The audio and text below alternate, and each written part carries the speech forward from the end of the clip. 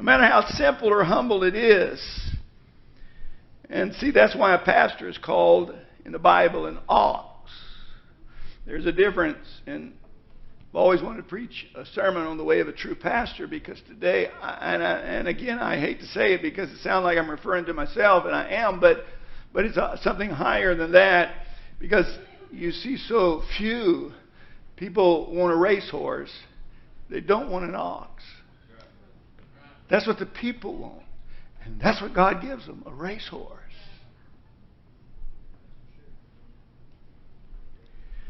See, there's a difference between an ox and sheep, between an ox and a horse, even between an ox and mules. Look it up, Google it up. The main difference is that an ox is more submissive of authority. Not in the same way as a sheep, not in the same way even as a horse or a mule, but they're submissive to authority in that they will answer to a loud command or the prod of their master. You see, they're made different. And God deals with them in a stronger way because they have more of a responsibility in a harder way. They don't look for the easy way. You see, so the main difference is that they are submissive to authority themselves, the right kind of authority.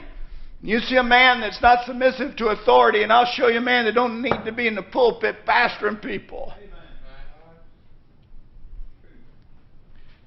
Because an ox, if you study the life of an ox, Google it up, they use their strength. They do have strength, more so than the others, but they use it without malice.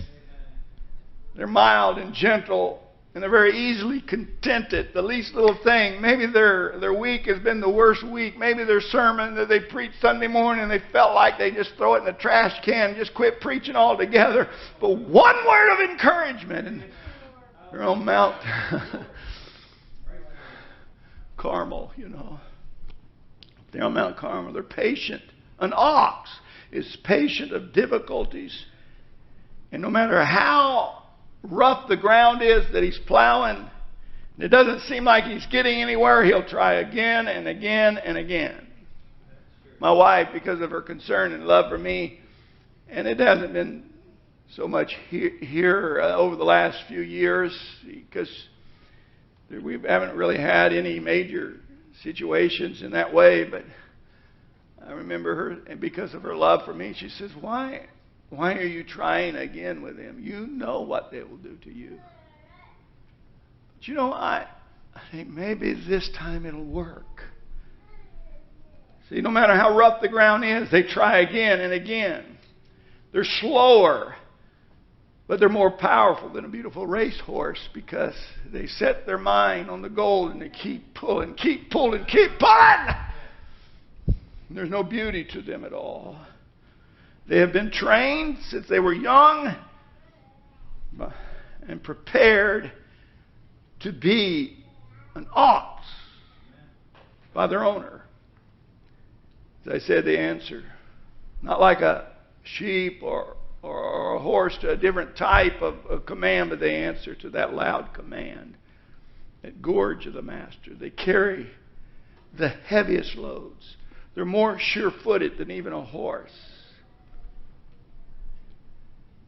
In their diet, they would rather eat the plain, ordinary grasses of the valleys and of the hillsides, while the sheep and the goats and the others will climb up in the mountains and prefer the sweeter grasses that are harder to get to in nooks and slopes where it's danger, because they want to have fun. They want to enjoy life in this way, and they don't realize the danger it is.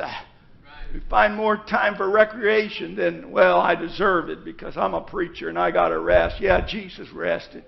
But what happened when he went to rest with the disciples? They had to preach another sermon. Right? They followed him there. So we want to, because the prophet hunted, we want to be the greatest hunter. And, and he was a prophet too. He was under stress and strain that none of us could imagine being under.